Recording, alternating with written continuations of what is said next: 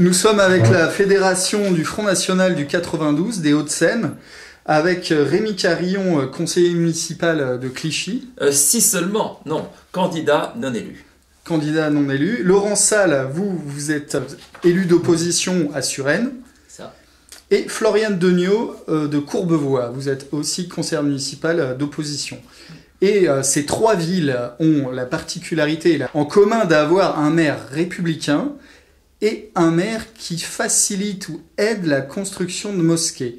Alors, on va commencer à Clichy, où là, c'est tout nouveau. Monsieur Carillon, vous nous avez dit que le maire a trouvé un local pour les musulmans qui appartient à la commune. Oui, enfin, on peut même parler de deux locaux, puisqu'il y avait un premier local dans lequel était installée une salle de prière, et que le bail n'est pas renouvelé. Le maire a décidé de ne pas renouveler le bail au bout de 3-4 ans.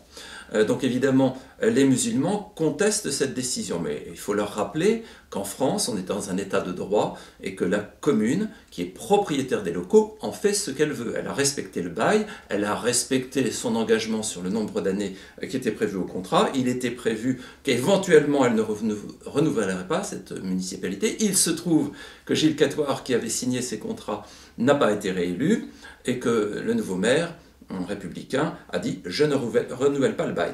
En revanche, il leur fournit quand même, à la place, un autre bâtiment, beaucoup plus excentré, et c'est ça qui ne plaît pas aux musulmans. Oui, sauf que le maire a décidé, pour une population de 60 000 habitants, de mettre en place une médiathèque dans les locaux où était installée la mosquée. Donc le maire s'est débrouillé pour leur offrir un nouveau local, leur offrir, en tout cas il y aura un loyer, mais le local appartient à la mairie, donc ce n'est pas un intérêt général que d'avoir un local à disposition. Et vous connaissez le montant du loyer? Alors, je peux vous donner le loyer à l'époque des 500 mètres carrés, voire 1500 mètres carrés, parce qu'il y a un flou au niveau des journalistes, on n'arrive pas trop à savoir quelle est la dimension, mais c'est au minimum 500 mètres carrés, ça coûtait 2800 € par mois. Bon, mais il faut aussi voir que la commune a dépensé 3 millions d'euros pour acheter le bâtiment et en faire une salle polyvalente. 3 millions d'euros. Et donc, normalement, si Catoire était resté, les musulmans s'étaient engagés à acheter le local. Mais avec quel argent ? Normalement, ils devaient acheter ça en 4 ans. Donc, ils n'avaient pas les moyens. Même en se serrant la ceinture, ils n'arrivaient à accumuler que 2 millions, un peu plus de 2 millions d'euros. Or, le local vaut 3 millions. Donc, de toute façon, ils n'y arrivaient pas. Et il ne saurait être question que ce soit financé par des États étrangers. En tout cas, c'est mon opinion. Moyennant quoi, ils vont se retrouver excentrés. Bon, très bien. Ce que je voudrais, c'est qu'ils admettent tout simplement la notion de propriété. La mère est propriétaire de son bien, elle en fait ce qu'elle veut. Bien sûr, bien sûr. Et vous avez parlé d'intérêt général, il est absolument évident que de mettre à disposition un local pour les musulmans ne participe pas de l'intérêt général, c'est de l'intérêt particulier, puisque tout le monde n'est pas musulman. Oui. Vous pouvez rappeler le nom du maire républicain? Oui, Rémi Museau. C'est Rémi Museau, maire de Clichy. Et adjoint de M. Balkany, enfin suppléant de M. Balkany à l'Assemblée nationale. Oui, donc c'est Clichy-la-Garenne. Oui, à ne pas confondre avec Clichy. Voilà, parce que les gens qui ne sont pas en région parisienne ne savent pas forcément. On a un cas un peu similaire à Courbevoie. Madame Floriane Degnaud, vous êtes donc conseillère municipale, et là, on vient d'apprendre que le conseil municipal de Courbevoie du 29 juin 2015 avait, à l'unanimité, voté un bail amphithéotique. Donc pareil, c'est un terrain communal qui est mis à disposition, c'est ça? Alors, pas voté à l'unanimité, puisque les deux conseillers Front National se sont opposés. Donc moi et M. Croche, nous sommes opposés, nous avons été les seuls à nous opposer à ça. Donc un bail amphithéotique qui est pour 80 ans, dont on ne connaît pas le montant des loyers, et qui devait permettre aux musulmans de construire une mosquée et venir en remplacement du bail actuel sur le même terrain. Donc depuis mars 2013, le maire a mis à disposition un terrain communal à l'association des musulmans. Donc actuellement, ils ont des bâtiments préfabriqués, et ce bail amphithéotique permettait de lancer une fabrication d'une construction pérenne. Avec un loyer, certes. On connaît le montant? On ne connaît pas. On ne connaît même pas. On permettait à monsieur le maire, monsieur Kosowski, de signer ce bail dont on ne connaissait même pas le montant. Ah oui, les conseillers municipaux républicains et socialistes ont voté le principe du bail emphytéotique sans même connaître le montant du loyer. Les yeux fermés. Alors qu'il y a beaucoup de cas où ce genre de baux pour des associations cultuelles est de l'ordre symbolique de 1 euro par an, ou à Cergy c'est à peine 800 euros par an. Donc on voit bien que là il y a une aide matérielle. Après il y aura certes un loyer, mais c'est un terrain communal qui n'a pas vocation à être à disposition du culte musulman. Du tout, Donc le maire de Courbevoie s'appelle Jacques Kosowski. C'est ça. Il est républicain également, donc député-maire. Bon, la direction des Républicains, apparemment, il n'y a pas de problème. On peut mettre les terrains communaux à disposition des mosquées, quoi. Et en plus, je tiens à signaler, parce que j'ai mené ma petite enquête à l'Observatoire de l'islamisation, l'association cultuelle des musulmans de Courbevoie, donc, qui va gérer cette mosquée, est liée aux frères musulmans de l'UOIF. Ils ont invité un des fondateurs de l'UOIF, Abdallah Ben Mansour, qui lui est un partisan de la charia, il ne s'en cache pas, et un conférencier du nom de Hassan Iqiyoussen, qui est radical, qui défend les frères musulmans ouvertement, qui est le principal conférencier de l'UOIF, qui lui dit que le génocide arménien n'existe pas, il parle de pseudo-génocide arménien. C'est une personne qui défend un islam vraiment politique, il ne s'en cache pas. Et vous pourrez lire, par exemple, dans notre livre « Les frères musulmans dans le texte », tous ces prêches qui sont retranscrits, il n'y a aucun doute, ce type est un islamiste. Et donc, les républicains aident ces personnages à édifier des mosquées sur des terrains municipaux. Donc voilà pour Courbevoie. Et ensuite, Suresnes, donc tout ça, ce sont des villes très proches, parce que le département des Hauts-de-Seine, c'est vraiment un mouchoir de poche géographique. Et là, on a une concentration de villes UMP, UMP maintenant les Républicains, qui justement ne sont pas républicains, parce que l'intérêt général pour tous les concitoyens, qu'ils soient athées, chrétiens ou d'autres confessions sans confession, est de ne pas voir son patrimoine, parce que les terrains municipaux sont un patrimoine commun à être affecté au culte islamique, qui d'ailleurs n'est pas qu'un culte, c'est aussi un programme politique, l'islam avec la charia qui est incorporée. Laurent Salle, alors vous c'est à Suresnes, et vous allez nous expliquer en quoi le maire républicain, lui, a aussi donné un coup de pouce à la communauté musulmane. Alors, la mairie, la fausse droite de Christian Dupuis, en fait, a fait voter en conseil municipal en 2015, fin 2015, j'ai plus la date exactement, je pourrais vous la redonner, elle est en tout cas sur mon blog, laurentsalle.blogspot.com, vote qui a été approuvé par l'ensemble des élus de l'UMP, du Parti Socialiste et du Parti Communiste, à l'exception bien sûr des deux élus que nous sommes, Nicole Hervé et moi-même. Nous avons donc voté contre l'octroi par la ville de Suresnes d'un local de 350 mètres carrés à peu près, dans un bâtiment rue des Velettes, presque vers le centre-ville, dans lequel effectivement la mairie va placer une salle de prière islamique à l'association islamique Al-Badr. Tout cela bien sûr avec un bail amphithéotique, toujours bien sûr en se protégeant derrière une loi qui est pour moi absurde, qui est la loi, je crois, 1311 du Code général des collectivités territoriales, et qui autorise une collectivité territoriale à louer un bien, un local, un bien immobilier à une association cultuelle, ce qui est le cas. Alors que pour moi, c'est une violation claire de la loi de 1905 qui justement interdit à l'État d'octroyer ou de financer indirectement ou directement des lieux de culte au-delà de la date de 1905, puisque ne sont pas concernés tous nos bâtiments historiques, nos églises, nos cathédrales, qui d'ailleurs il ne faut pas comparer, ce que le maire disait en conseil, M. Salle, on entretient bien le patrimoine, on entretient bien les églises, etc. Et donc je lui ai rétorqué qu'on ne pouvait pas comparer des mosquées en parpaing avec des monuments historiques tels que la cathédrale nos différentes églises. Bien sûr. Bien sûr, la République a saisi les biens du clergé, de l'Église. Tout à fait. C'est encore normal qu'ils en assurent l'entretien, étant donné qu'ils ont spolié l'Église. C'est la moindre des choses. Je referme la parenthèse. J'ai vu que la mairie de Suresnes a déboursé pour acheter ce terrain 977 000 euros. C'est gigantesque. C'est ça, 977 000 euros donc, de la poche des contribuables, puisque forcément l'argent ne sort pas de la poche de l'UMP et du Parti Socialiste.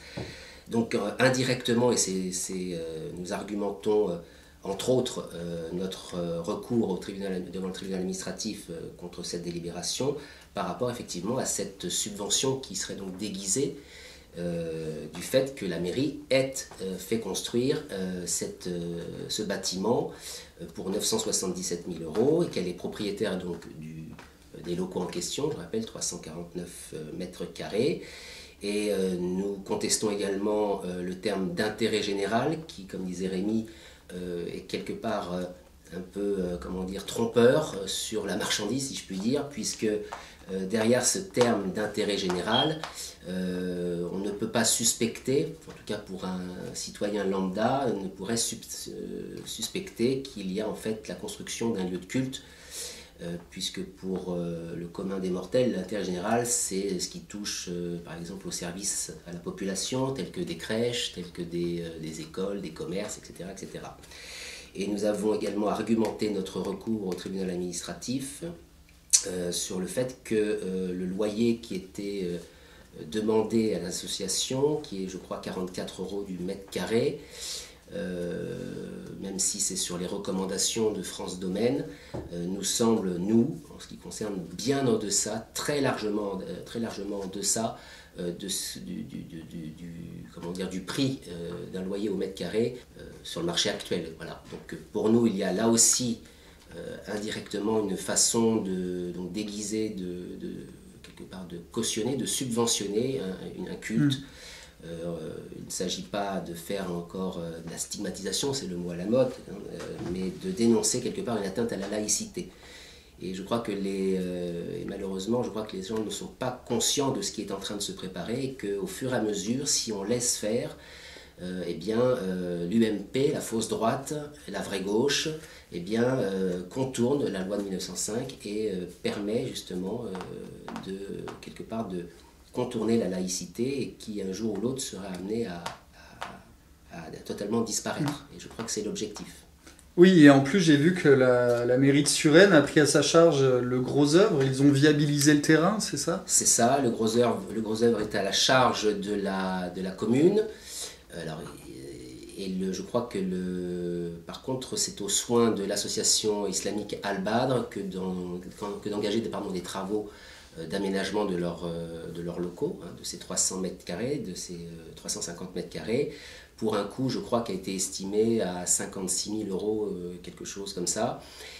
Alors bien sûr, l'UMP, enfin les républicains suresnois, les crypto-socialistes qui sont chez nous, argumentent le fait que de toute façon, à l'issue du bail, un bail emphytéotique de 18 ans, eh bien, la ville récupérera forcément le bien, et avec tous les aménagements qui auront été faits. Donc voilà, aussi l'argument qui est donné.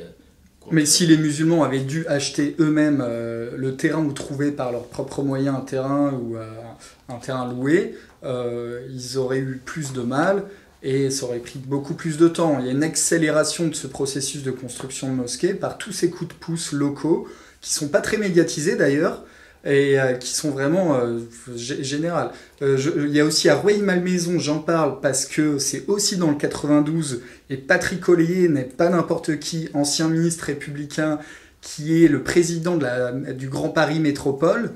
Alors lui, il s'est prononcé, il était dans la mosquée de Rueil-Malmaison, il y a une vidéo sur la page Facebook de la mosquée qui s'enorgueillit, où il promet des bus gratuits de la mairie pour accompagner les musulmans dans des sorties, où il promet des travaux dans un bureau de l'association cultuelle, et le même Patrick Ollier dit tout l'amour qu'il a pour la langue arabe, etc., tout son intérêt pour l'islam, et également on le voit à l'Aïd el-Fitr, une fête musulmane, où ils prêtent le gymnase municipal aux musulmans. Voilà, donc ce sont tous ces petits coups de pouce qui apparemment, là déjà on est à l'échelle juste d'un département dans le 92, et on voit qu'il y a au moins 4 communes, Suresnes, Courbevoie, Rueil-Malmaison et Clichy, qui sont gérées par ce parti des Républicains qui, par de différents biais, aident les musulmans. Et à l'échelle nationale, il y a eu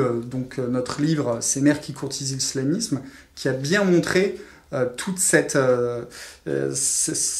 activisme clientéliste des maires républicains et socialistes. On se demande pourquoi d'ailleurs, parce qu'on est loin des discours il n'y a pas si longtemps que de la droite, quand elle était vraiment de droite par rapport à l'islam, puisque je crois ça avait même été diffusé sur des paroles et des actes au moment du débat entre Marion Maréchal Le Pen et à l'époque Alain Juppé, où effectivement Pujadas avait fait diffuser un petit peu avant la fin de l'émission, eh bien, les discours que prônait le RPR de l'époque étaient d'ailleurs le même, si vous comparez avec le programme du Front National aujourd'hui.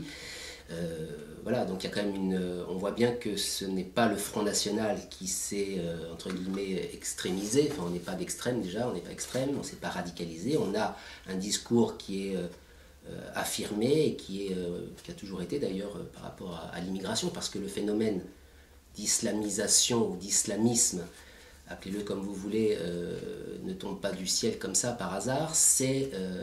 Tout résulte bien évidemment d'une politique migratoire qui a été orchestrée. 200 000 titres de séjour annuels, longue durée. Sans compter les clandestins. Tous les ans. Tous les ans, c'est l'équivalent de la ville de Rennes. Les gens s'imaginent un petit peu le flux qui arrive chaque année en France. Et donc tout ça, ça n'est pas le fruit du hasard. C'est une politique qui a été menée aussi bien par la gauche que maintenant par la droite. Enfin la fausse droite, moi je les qualifie de fausse droite. Et on le voit, donc j'en finirai parce que je ne veux pas monopoliser le débat, mais ça ne s'arrête pas spécialement qu'au lieu de culte, puisque le conseil municipal, avant que nous soyons élus, donc c'était en décembre 2013, a voté donc un marché public entre la ville de Suresnes et la société Socopa, les abattoirs Socopa. Et nous le savons parce que nous avons fait des recherches grâce également à l'association du docteur vétérinaire de Paretti, Vigilance Halal, que nous avions reçu d'ailleurs ici à Courbevoie et à Suresnes pour un colloque sur justement la viande halal et nous aussi par rapport à la maltraitance animale, parce que moi ça me touche considérablement.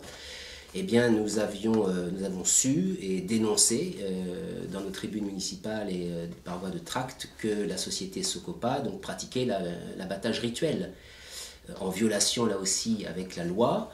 Et les élus donc, de l'UMP, de l'époque PS, donc Christian Dupuis, toute la ribambelle d'élus de gauche, ont voté les yeux fermés donc, ce marché public qui alimente notre cantine scolaire et la cantine de la ville de Suresnes en viande halal. Donc en fait, sans se soucier, d'ailleurs, il y a un élu vert qui n'existe que grâce à la complaisance du Parti Socialiste, qui à aucun moment n'est intervenu pour dénoncer ou s'étonner du manque, enfin, de l'irrespect qui est fait envers l'animal, puisqu'il n'est pas étourdi comme le veut la loi.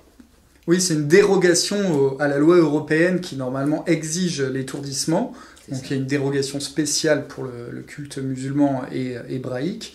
Et en plus, ce qui est tout aussi grave, voire plus, ce sont par ce procédé d'abattage halal, les germes pathogènes qui peuvent, c'est ça le docteur vétérinaire Peretti l'explique très bien, et des grands spécialistes aussi, d'autres vétérinaires de son association Vigilance Halal, avec la coupure de la trachée, il y a un phénomène de regurgitation du contenu intestinal qui regorge de germes pathogènes, et on peut se retrouver avec des E. coli et des accidents. Ça déculpe le risque qui est toujours existant dans les steaks hachés, les viandes qui sont peu cuites. Mais là, avec l'abattage halal, on décuple les chances, les malchances d'avoir ces germes pathogènes. Et ça, je pense, ça va être le scandale des années à venir, parce qu'il va y avoir des morts, et ça va être l'histoire du sang contaminé du 21e siècle, parce que là, tout le monde est au courant, tous les scientifiques le disent, et on est encore sur cette dérogation à la loi générale pour l'abattage halal. Et les Hollandais sont en train d'en revenir, les Autrichiens aussi. Et donc il y a à la fois l'étourdissement et le bien-être animal qui est complètement bafoué, et en plus ce risque sanitaire sur lequel à l'Observatoire de l'islamisation on se penche de très près. En tout cas, M. Dupuis et l'UMP ne pourra pas dire qu'ils ne savaient pas, parce que nous l'avons alerté à maintes reprises, 2 fois en conseil municipal et à de nombreuses reprises dans nos tribunes municipales, et nous avons alerté la population sur les risques effectivement de contamination par la bactérie intestinale Escherichia coli, qui est mortelle, mais qui peut aussi avoir des complications au niveau rénal. Et ça n'est pas rien, puisque quand vous êtes après sous dialyse, votre vie est un peu foutue, quoi, parce que les greffes ne se font pas comme dans ça. Le monde musulman, dans les pays arabes, la viande est bouillie, la viande est très cuite, donc c'est pas trop un problème. Mais en transposant ces viandes-là avec notre mode de consommation de viande saignante, ça pose un réel problème. Voilà, on a fait une parenthèse sur l'abattage halal, mais je crois que c'est nécessaire. En plus, si Socopa alimente les cantines scolaires de Suresnes. Moi, j'invite les gens à aller sur le site notre blog, encore une fois, ou sur le site de Vigilance Halal, et ils auront la liste complète de tous les abattoirs qui pratiquent l'abattage rituel. En Ile-de-France, c'est la totalité, à part quelques exceptions, mais puisqu'on abat du porc. Voilà. Mais sinon, en Ile-de-France, il faut savoir que voilà, c'est la totalité des abattoirs qui sont concernés, et que donc, du coup, on n'est pas que au niveau de... Vous avez raison d'en parler. Voilà. C'est aussi important. Voilà, on a fait un peu le tour de ces 3 villes. Est-ce que vous voulez rajouter quelque chose, Monsieur Karim? Oui, mais qui n'a pas grand-chose à voir. Sinon, le point commun, c'est l'islam. L'article 6 de la loi El Khomri stipule la liberté du salarié de manifester ses convictions, y compris religieuses, ne peut connaître de restrictions dans l'entreprise, moyennant quelques aménagements. Mais ça veut dire que désormais, les musulmans, si cette loi passe, pourront faire leurs prières. Alors, j'ai les horaires des prières, ça commence à 6h du matin, mais il y en a à 13h et il y en a une à 16h. Donc, pendant la journée, les musulmans qui voudront aller prier auront le droit de citer l'article 6 de cette loi pour aller prier pendant les heures de travail. Donc, tu parlais de la viande halal, on pourrait aussi aller faire un petit tour dans les hôpitaux, nous parlons également des mosquées. Enfin, vous voyez bien que le vivre ensemble, c'est vivre comme les musulmans de plus en plus. Alors, ça va être d'abord une communauté, laisser cette communauté vivre différemment des Français, et puis la démographie aidant, cette communauté va devenir de plus en plus importante, et les Français, s'ils continuent à faire peu d'enfants, de moins en moins importants, et les courbes vont se croiser au bout d'un moment. Les musulmans seront plus nombreux que les Français de culture occidentale. Et là, la charia pourra s'appliquer tout à fait démocratiquement, et nous aurons droit à une république française musulmane. Oui, c'est vrai, ce n'est pas de la politique fiction, là on parle du long terme quand même, mais les projections démographiques qui ont été faites par des grands démographes comme Jacques Dupaquier ou d'autres, c'est table sur à peu près dans 50-60 ans, la population musulmane pourrait rattraper celle des Français de souche. Je pense qu'on peut rabaisser le chiffre, puisqu'avec les vagues migratoires dont on est en train qu'on subit ici, avec l'exode de tous ces pays, Syrie, Libye, etc., là je pense qu'on peut revoir un peu... Oui, on parle beaucoup des migrants, mais en fait l'immigration vient essentiellement de gens qui ont bénéficié de visas de tourisme, qui à l'expiration de leur visa de 3 mois restent en France. Et là on est sur des chiffres astronomiques. Pour le Maroc, il y a 240 000 visas tous les ans de tourisme. L'Algérie, on est sur du 200 000 également, et du temps de l'UMP, c'était un tout petit peu moins, mais c'était ces ordres de grandeur. Les demandeurs d'asile sont bien plus nombreux que les migrants de Calais. Les demandeurs d'asile, il y a 60 000 demandes chaque année. et 90% sont rejetés, mais ils ne quittent pas le territoire. Donc il y a 200 000 titres de séjour, dont la moitié viennent des pays arabes, des titres long séjour de 10 ans, plus tous les visas expirés du pays du Maghreb et la Turquie ont rassemblé, ça fait à peu près 500 000 personnes qui ont des visas de tourisme, qui peuvent rester en France, et dans la clandestinité, mais bon, ils restent quand même, et après il suffit qu'ils fassent un enfant, ils sont inexpulsables. Voilà un peu les ordres de grandeur. Donc effectivement, ces dynamiques démographiques accélèrent le processus, et à long terme, il faut que les Français se rendent bien compte que la démographie et l'histoire, ça va très vite.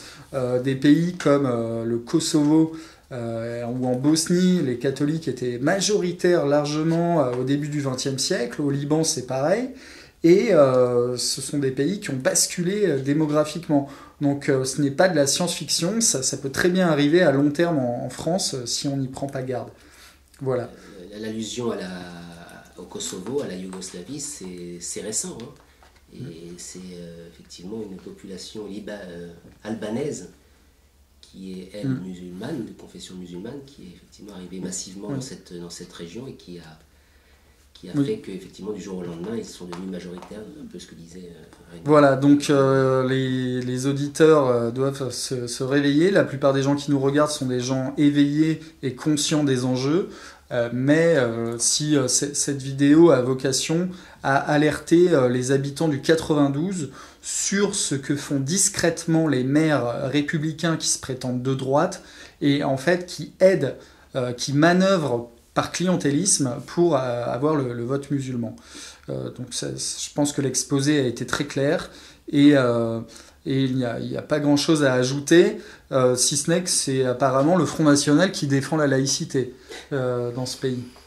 Et s'il y a un parti républicain, c'est bien le Front National qui respecte la laïcité à la lettre et dans l'esprit. Et la laïcité, mais aussi nos us et coutumes, notre identité. Je pense qu'on a suffisamment été, je dirais, insultés et diabolisés pour qu'aujourd'hui, au moins, on ait un peu, je dirais, au moins la priorité sur ces actions que nous menons. Enfin, voilà, très bien. Eh bien, en tout cas. Merci à tous les trois. Merci. Et puis, on suivra l'actualité de très près des maires républicains pour bien les surveiller de près et qu'ils ne fassent pas d'entorse à la laïcité.